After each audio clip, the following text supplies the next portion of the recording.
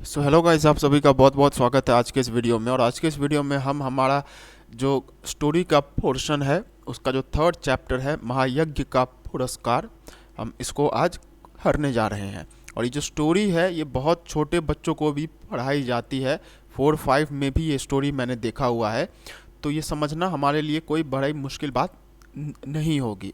इस कहानी का जो मेन उद्देश्य है वो यह है कि अगर हम कोई भी काम निस्वार्थ भाव से करते हैं तो वो काम पुण्य होता है। हम असली में उस समय धर्म कर रहे होते हैं, और आज नहीं तो कल उस निस्वार्थ भाव का जो फल होता है वह हमें मिल ही जाता है। तो ये जो कहानी है महायज्ञ का पुरस्कार, वह एक सेठ के बारे में है जो कि बहुत अच्छे लोग थे, लेकिन उनके पास धन दौलत उतना ज़्यादा नहीं था। मतलब एक समय आ जाता है जब उनका धन दौलत उनके पास उतना ज़्यादा नहीं रहता है। तो उस समय में एक प्रथा चलती थी जिसके हिसाब से अगर कोई यज्ञ किया करता था तो उस यज्ञ का जो फल होता था, आप यज्ञ का मतलब आप समझते होंगे, यज्ञ का मतलब होता है हवन। वो जो अग्नि के सामने जो पंडित लोग पूजा करते हैं उसे ही यज्ञ कहा जाता है। तो वो जो यज्ञ होता है वो किसी न किसी फल प्राप्ति के लिए, कि मुझे बेटा हो जाए, मेरा रोग चला जाए, मुझे धन की प्राप्ति हो, तो उसी को ले करके, उसी को संकल्प ले करके कोई भी यज्ञ होता है। तो पहले यह प्रथा थी कि कोई अगर एक यज्ञ को करता था तो वह उस यज्ञ से निकलने वाला जो, मतलब उस यज्ञ से जो भी फल मिलता था, जैसे मैंने अगर यज्ञ किया था धन प्राप्ति के लिए, तो मैं उस यज्ञ के फल को बेच सकता था। मतलब यज्ञ मैंने किया तो नियम अनुसार वह मुझे मिलना चाहिए, लेकिन मैं उसमें जो फल जो कि धन मिल सकता है, मैं मतलब वो जो यज्ञ का पुरस्कार है, बेसिकली वो जो यज्ञ से जो प्राप्त होता है कोई भी चीज़, तो वो कोई और ले सकता था। मतलब ये पहले हुआ करता था। आजकल तो इतनी शक्ति है नहीं कि कोई अगर यज्ञ करे तो उस यज्ञ का जो भी फल होगा वो किसी और के पास चला जाए। लेकिन पहले ये होता था कि अगर कोई यज्ञ करता था तो उस यज्ञ में से जो भी फल निकलता था तो वह फल वह किसी दूसरे आदमी को बेच सकता था। तो तो ये जो महा तो ये जो सेठ थे ये बहुत सारे यज्ञ करते थे। तो इनकी पत्नी एक सलाह देती है कि क्योंकि यज्ञ का पुरस्कार बिक सकता है तो तुम भी अपना एक यज्ञ का पुरस्कार को जाओ और किसी के पास बेच आओ। तो वही सोच कर वह अपने यज्ञ के पुरस्कार को बेचने के लिए निकलते हैं। और रास्ते में, जब वो रास्ते में जा रहे होते हैं तो बीच में वह एक ऐसा काम करते हैं जो कि निस्वार्थ भाव का होता है, और उस निस्वार्थ भाव के बाद उन्हें एक ऐसा फल मिलता है जो उन्होंने कभी सोचा नहीं था। तो यही इसका मेन स्टोरी लाइन है। तो आइए देखते हैं ये स्टोरी है क्या। तो एक धनी सेठ थे, अत्यंत विनम्र और उदार, धर्मपरायण इतने कि कोई साधु संत उनके द्वार से निराश न लौटता, भर पेट भोजन पाता। भंडार का द्वार सबके लिए खुला था, जो हाथ पसारे वही पाए।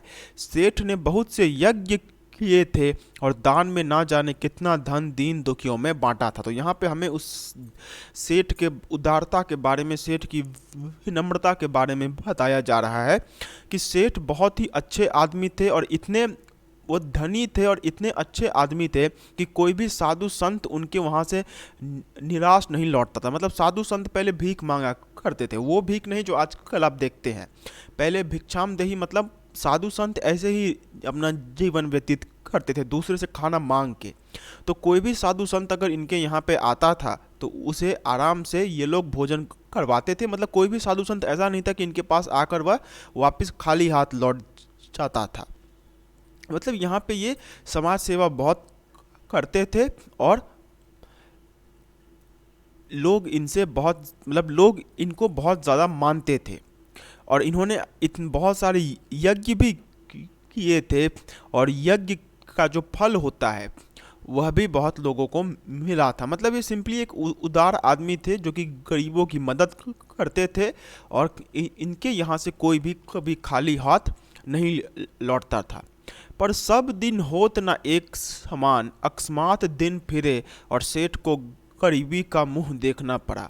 संगी साथियों ने भी मुंह फेर लिया और नौबत यहाँ तक आ गई कि सेठ व सेठानी भूखे मरने लगे।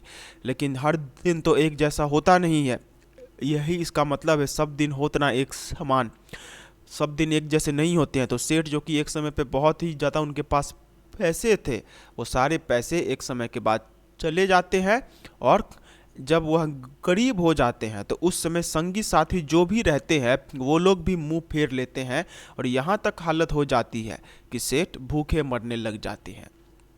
मतलब बहुत खराब हालत हो जाती है। उन दिनों एक प्रथा प्रचलित थी, यज्ञों के फल का क्रय विक्रय हुआ करता था। छोटा बड़ा जैसा यज्ञ होता उनके अनुसार मूल्य मिल जाता। जब बहुत तंगी हुई तो एक दिन सेठानी ने कहा, ना हो तो एक यज्ञ ही बेच डालो।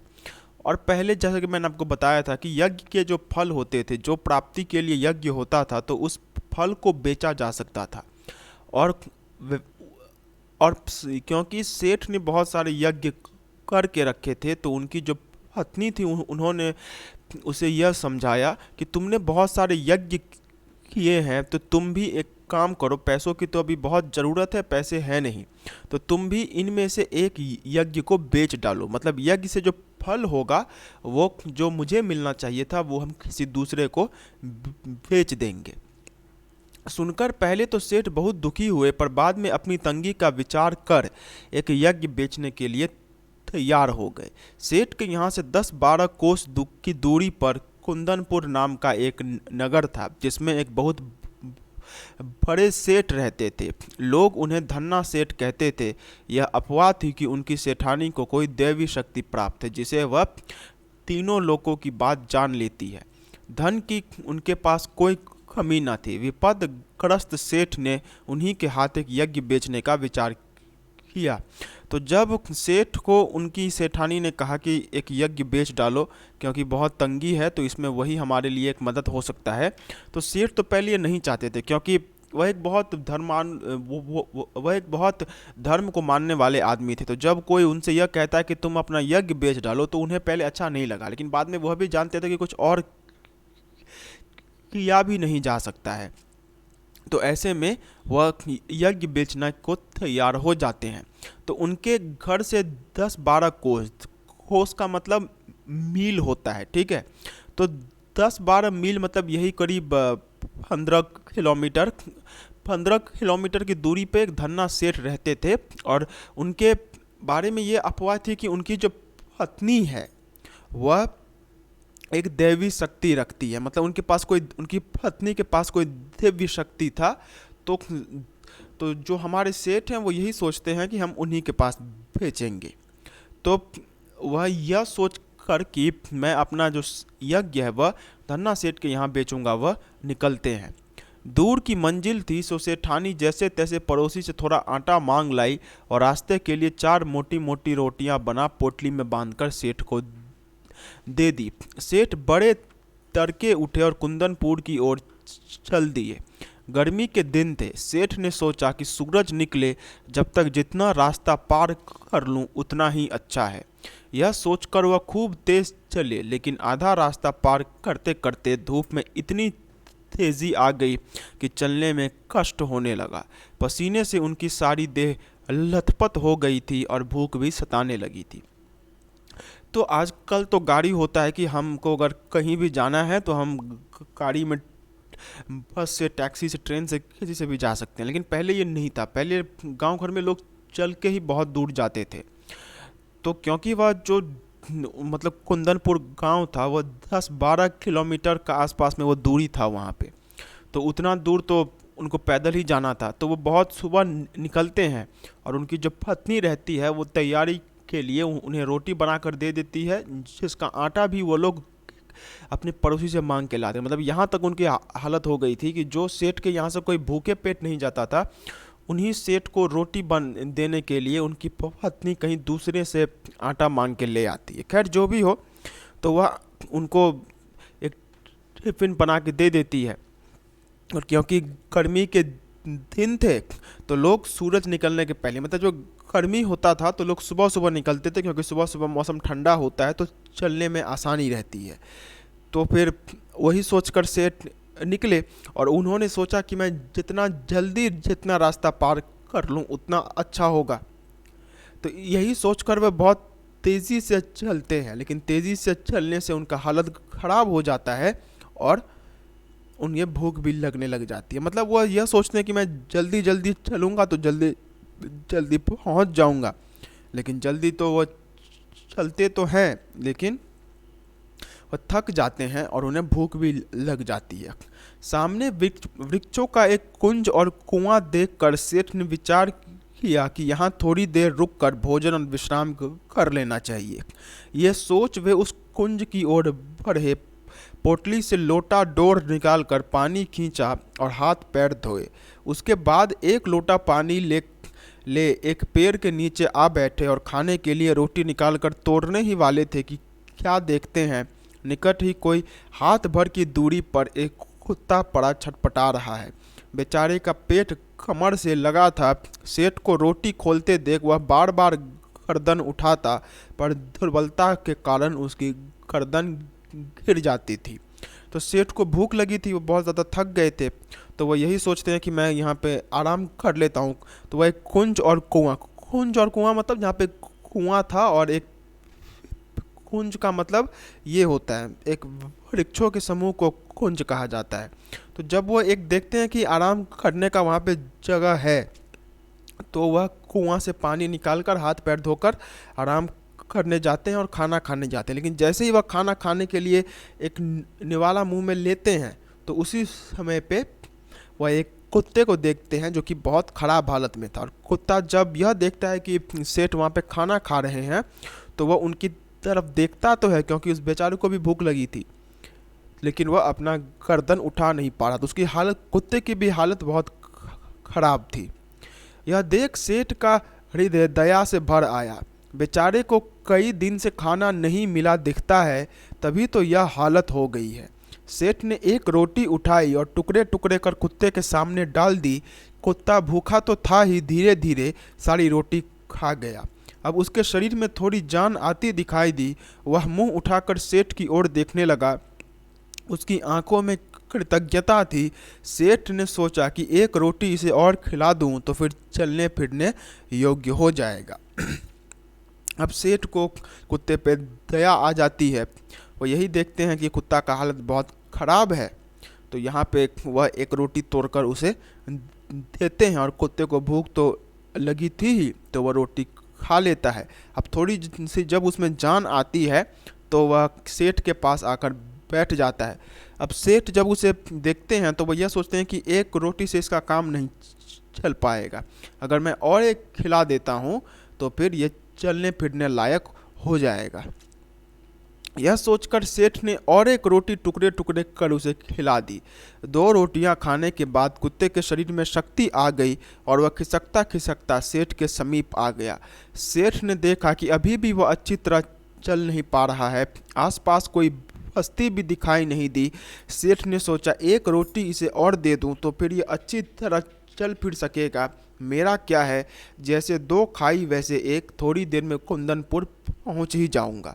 अब जब कुत्ता दूसरा रोटी भी खा लेता है, तो उसके अंदर में और भी शक्ति आ जाती है, और वह फिर सेठ के और पास आ जाता है कि सेठ उसे शायद दूसरा जो तीसरा रोटी है वो भी दे दे। अब सेठ क्योंकि बहुत दयालु आदमी थे, तो वो भी यही सोचते हैं कि अगर मैं इसे तीसरा रोटी भी दे देता हूँ तो ये अच्छी तरह चल फिर सकेगा, मतलब ये उसकी हालत और अच्छी हो जाएगी। और वह यह सोचते हैं कि मैं तो एक रोटी से भी अपना काम चला सकता हूँ, लेकिन इस बेजुबान को थोड़ी सी और मदद चाहिए। तो वह तीसरा रोटी भी कुत्ते को खिला देते हैं। सेठ ने तीसरी रोटी उठाई और कुत्ते को खिला दी। अब एक रोटी बची, उसे लेकर वे स्वयं खाने ही वाले थे कि सेठ ने देखा कुत्ते की आंखें अब भी उनकी ओर जमी हुई है। उन आंखों में करुणा याचना है। सहसा सेठ के मुंह से निकला, हाय बेचारा, ना जाने कितने दिनों से भूखा है। उनके मन में आया, मेरा काम तो पानी से भी चल सकता है। इस बेचारे मूक और बेबस जीवन को एक रोटी और मिल जाए तो फिर निश्चय ही इसमें इतनी ताकत आ जाएगी कि बस्ती तक पहुंच सकेगा। अब जब वह तीसरा रोटी तो कुत्ता खा ही चुका था। लेकिन तीसरे रोटी खाने के बाद जब सेठ चौथा रोटी खाने जाते हैं तो उसी समय पे कुत्ता उनकी तरफ और देखने लग जाता है। अब सेठ क्योंकि दयालु थे तो वह फिर से यही सोचते हैं कि यह तो बहुत दिनों से भूखा हुआ लगता है, मैं तो पानी पीकर भी अपना काम चला सकता हूँ। तो वह यही सोचकर जो चौथा रोटी है मतलब वो सारी रोटियां कुत्ते को खिला देते हैं।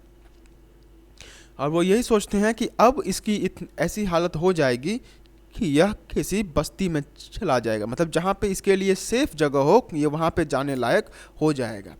सेठ ने अधिक सोच विचार नहीं किया और वह अंतिम रोटी भी कुत्ते को खिला दी। स्वयं एक लोटा जल पीकर थोड़ा विश्राम करके अपना रास्ता पकड़ा और सेठ जो चौथी रोटी थी वह भी खिला देते हैं और थोड़ी देर आराम करके वह वहाँ से निकल जाते हैं फिर से अपने रास्ते पे। दिया जले सेठ कुंदनपुर पहुँचे। सेठ हवेली पर पहुँचे तो धन्ना सेठ ने उठकर उनका स्वागत किया। पूछा, कहो सेठ कैसे आना हुआ। अब सेठ धन्ना सेठ के यहाँ पहुँच ही जाते हैं, मतलब दिया जले सेठ कुंदन पहुँचे, मतलब जब शाम में जब दीपक जलाने का सांझ दिखाने का समय होता है तो उस समय सेठ धन्ना सेठ के यहाँ पे पहुँचते हैं। तो धन्ना सेठ देखकर उनका स्वागत करता है कि कहो सेठ कैसे आना हुआ। अब सेठ वहाँ पे कह ही देते हैं। सेठ ने कहा, संकट में हूँ और एक यज्ञ आपके हाथ बेचने आया हूँ।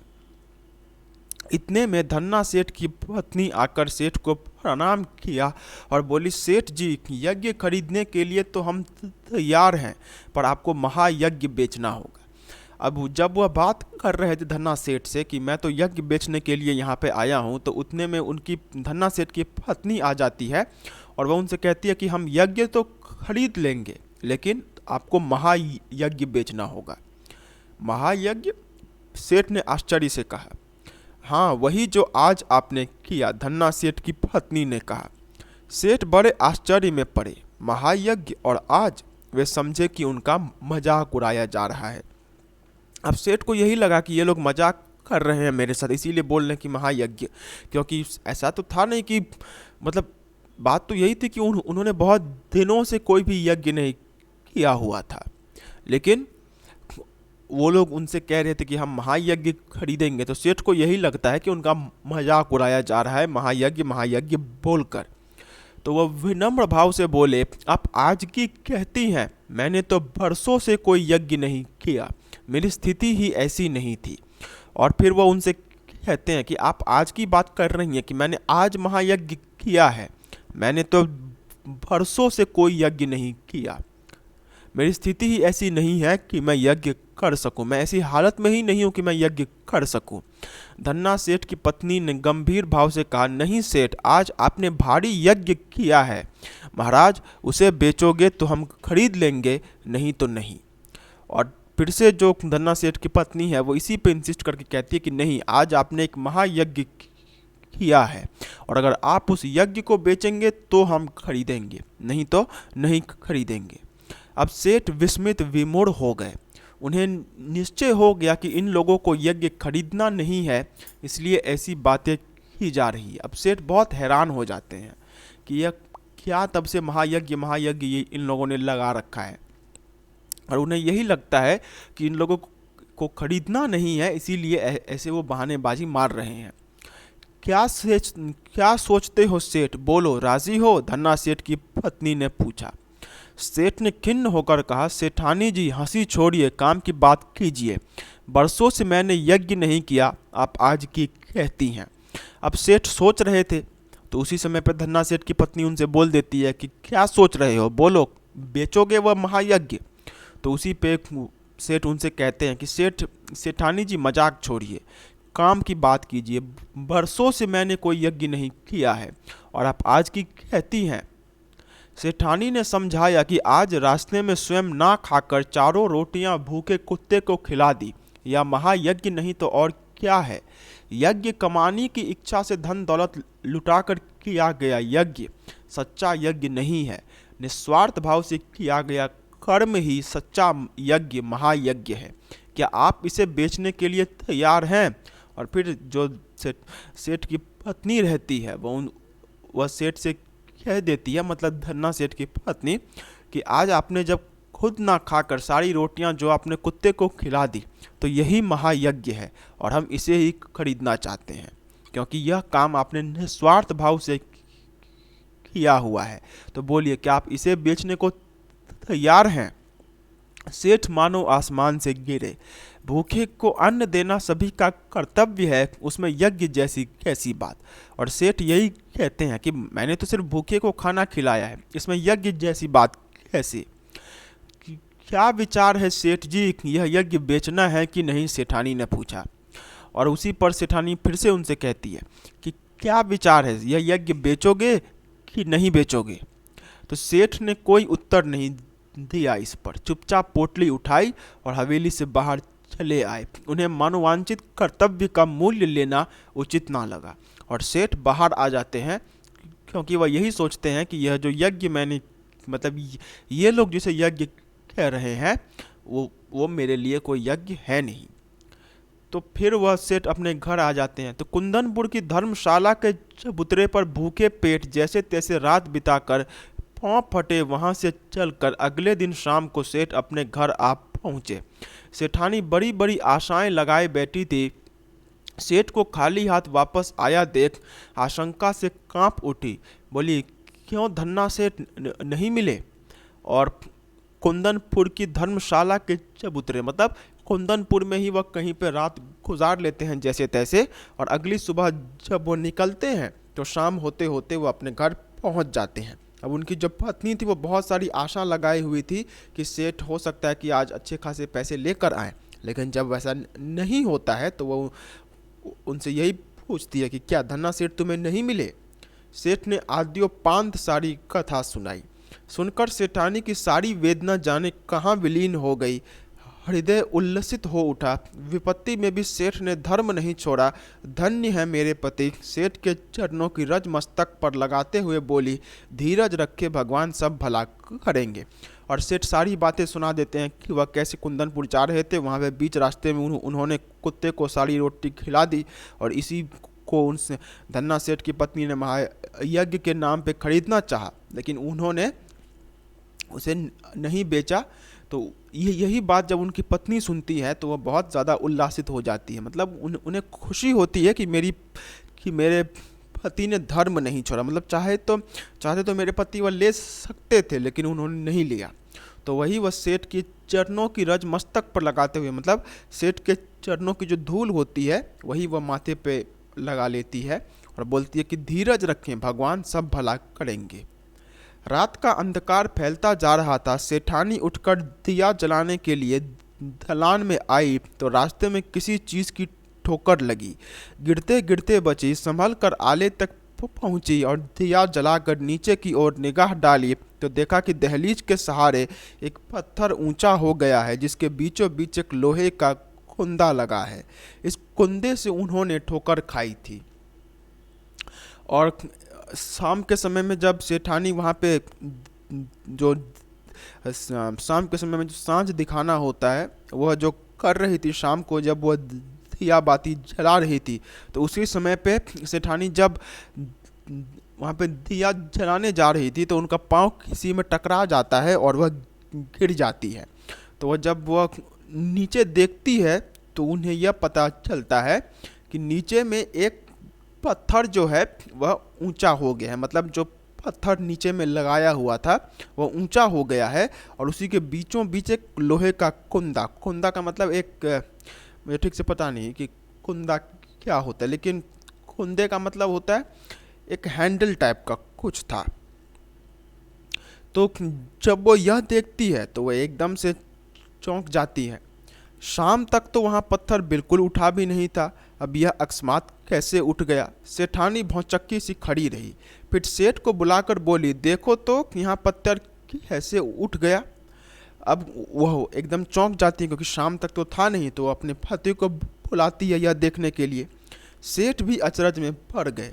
दीप की टिमटिमाती रोशनी में उन्होंने ध्यान पूर्वक देखा तो पता चला कि वह तो किसी चीज़ का ढकना है।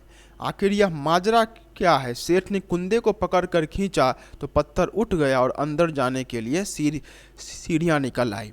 अब सेठ भी यहाँ पे एकदम से कन्फ्यूज्ड थे कि यहाँ पे ये हुआ कैसे। तो जब वो उसे उठाते हैं, सेठ जब कुंदे को पकड़ के उठाते हैं, वहाँ पे लोहे का रॉड टाइप का कुछ था, तो जब वो उसे उठाते हैं तो नीचे में सीढ़ी रहती है, मतलब जैसे हम लोग बेसमेंट कहते हैं, तो उसी टाइप का वहाँ पे एक चीज़ हो जाता है। अब इससे वो और चौंक जाते हैं। सावधानी से सेठ और सेठानी दिया हाथ में लिए उतरे। कुछ सीढ़ियाँ उतरते ही इतना प्रकाश सामने आया कि उनकी आंखें चौंधियाने लगी। सेठ ने देखा वह एक विशाल तहखाना है और जवाहरातों से जगमगा रहा है। और जब वो लोग नीचे में आ करके वहाँ पे देखते हैं तो वहाँ पे उन्हें बहुत सारा सोना चांदी यह सब दिखाई देता है। देव को इस माया का रहस्य उनकी समझ में नहीं आया। दोनों निस्तब्ध खड़े थे।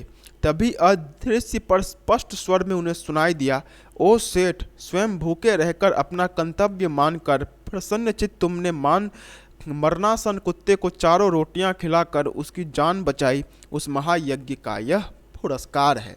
और सेठ और सेठानी तो कुछ समझ पा नहीं रहे थे कि ये क्या हो रहा है, यहाँ पे इतना सोना चांदी कहाँ से आया। लेकिन तभी जिसे आकाशवाणी कहा जाता है, तो वह आकाशवाणी होती है और वहाँ पे एक आवाज़ आती है जो कि सेठ को यह बोलती है कि तुमने जो कल निस्वार्थ भाव से उस कुत्ते को जो खाना खिलाया था, यह तुमने एक महायज्ञ किया था और उसी महायज्ञ का फल तुम्हें आज मिल रहा है। सेठ और सेठानी इस दिव्य वाणी को सुनकर कृत्य हुए।